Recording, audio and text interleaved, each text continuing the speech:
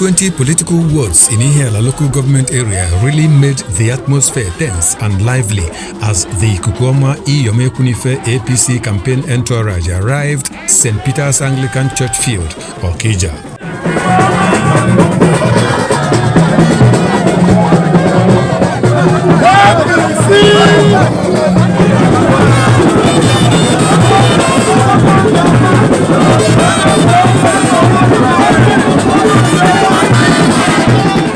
David Okonkwo, All Progressives Congress chairman in Ihiala local government, assured 100% support from the 20 political wards of the local government.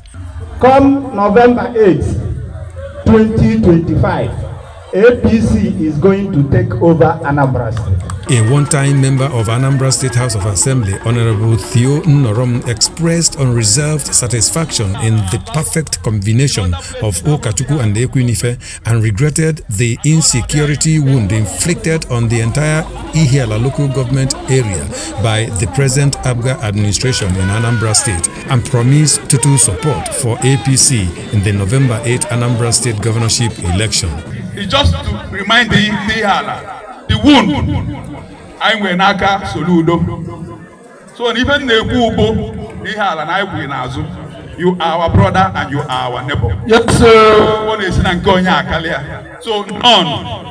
We are ready to fight. We are ready to win, and by the grace of God, we will deliver Ihiala local government in Jesus' name. Amen. Mrs. Uche Obi, a women leader in Ihiala, followed suit with a call on the women to ensure a smooth success of Ukachukwu Ekwunife governorship project. I have believers.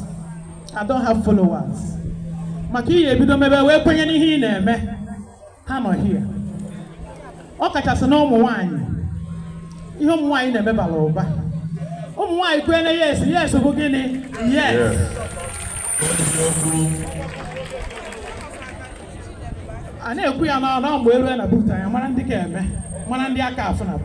Honorable Chidi Udemmado, another former House of Assembly member in Anambra State, a recent decampee from ABGA, said he is sure that Ihiala and indeed Anambra State shall be safe in the hands of Nicholas Ukachukwu as governor. Having stayed in the house for 8 years, Ihiala was peaceful. But today, some of us are not in Ihiala local government. Yes. And all parties no need me a consult. So one Dr. Obi Nauzo condemned the unbearable insecurity situation in Anambra State, especially Ihiala, his homeland, and expressed his conviction that Nicholas Ukachukwu shall restore security sanity in the state. Now, as governor, I am on his way out.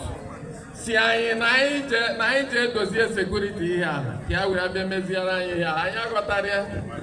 Maganatinye Ikukomata, Yani Yom, a dossier Anambra State. Magahama, the importance of security.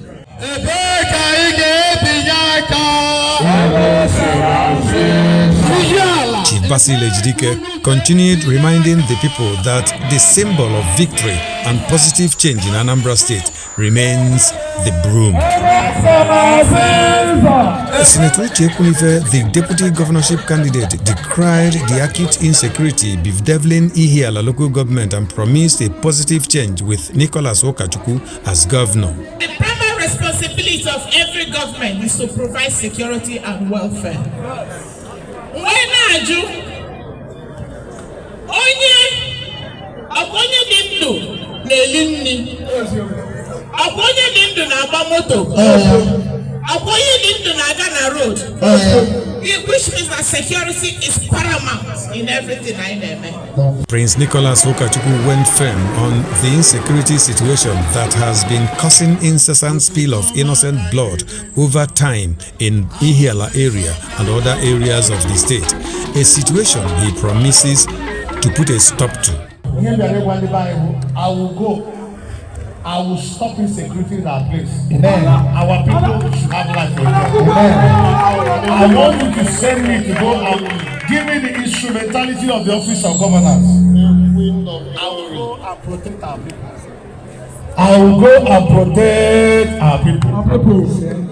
The totality of the speeches at Ihiala all point to one direction: insecurity in Anambra State, Ihiala in particular, and the need to address it by giving Nicholas Ukachukwu a chance.